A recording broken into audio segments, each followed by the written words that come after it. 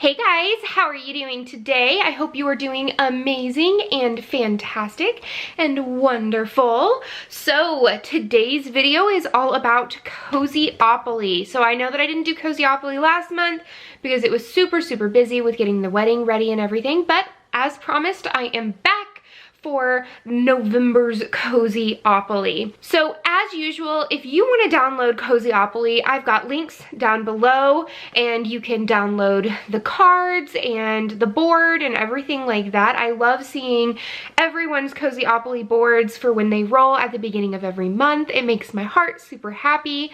Please give this video a thumbs up and subscribe if you're new. Hi, how are ya? I'm Courtney. And yeah, without further ado, let's go to the first roll.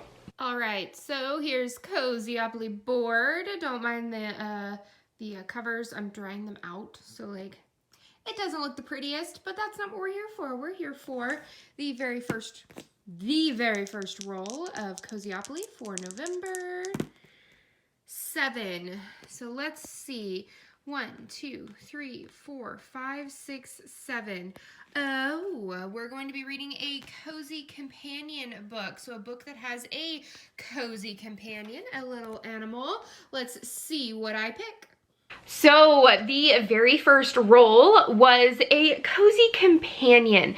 So not gonna lie, as the year has progressed, rolling and picking books gets harder and harder because I've been doing pretty well at not going and buying like a ton of books all at once.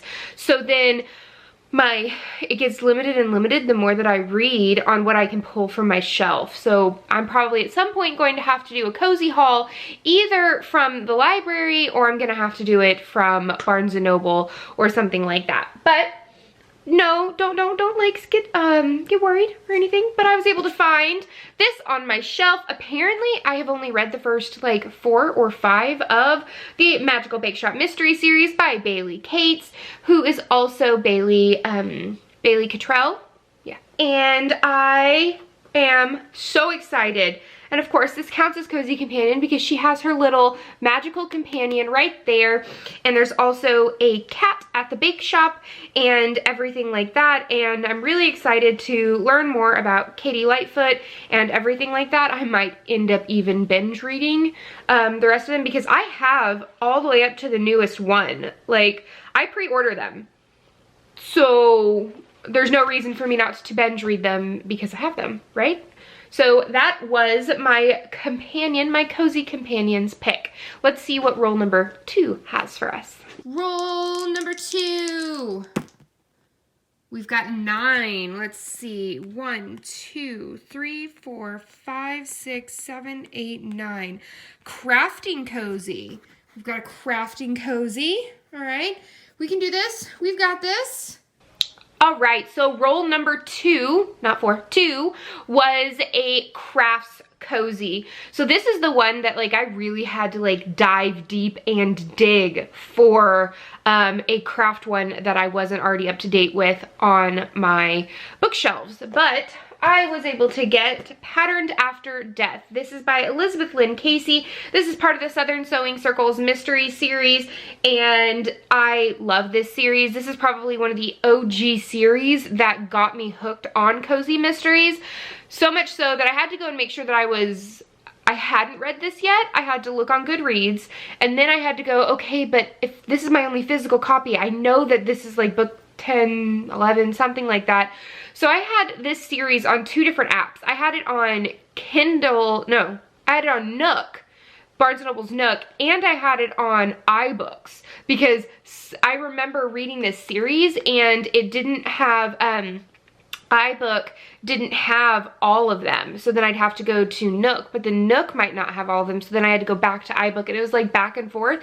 So it took me a while to make sure that I was ready for this book, but I am. And so I'm excited to read Patterned After Death. Let's look at what my 3rd roll was. And roll number 3, the final roll, is 9. So if I go here, I've got 9 again. Let's see. 1, 2, 3, 4, 5, 6, 7, 8, 9. And a historical cozy. So let's see what I picked for my final Cozyopoly roll. So, my third roll was historical cozy mysteries. Now, I know I put this on there to sort of like push myself to read more historical cozies, but it's getting harder and harder, and I kind of tweaked the rules a little bit, which is okay because it's my way of picking my TBR, so I can twist and turn the rules. I mean, even you can twist and turn the rules. It's totally up to you. But my third roll was historical cozies, so I'm kind of twisting it, and I am saying Fundraising the Dead by Sheila Connolly is going to count as my historical cozy because it's based in a museum. It's the Museum Mystery series, and I mean, that's history. I worked in a museum, so I'm twisting it to make it fit what I need because I need to read this. I've had it for a really long time, and I need to, you know, either love it and buy the rest of the series, or I need to figure out if I really need it on my bookshelf. It says, at the museum, a few missing documents could be a major embarrassment. When a collection of George Washington's letters is lost on the day of the Society's grand gala, heads will certainly roll, but no one expects an archivist to be found dead. I feel like I started this at some point a couple of years ago, but I never finished it. So I'm most certainly going to have to finish it, dive deep. Do I like it? Do I not like it? And if I don't, it's okay, but I can go to another home at my local used bookstore, Gardner's. So yeah, my 3 books that Cozyopoly helped me pick: Magic and Macaroons, Patterned After Death, Fundraising the Dead. I did not realize that all 3 of these have 3 words in their title. That's pretty cool. That's pretty nifty. And then for the rest of my TBR for the month, the only other book that I know that I am going to read is the Cozy Escape Book Club Book of the Month, which hasn't been decided so far at this point of me filming. We do have 4 choices. I'll put the 4 choices on either side of me. So we've got 4 choices that we can pick from. Either way, I'm going to be reading those. I have read 2 of them already, so super, super stoked for that.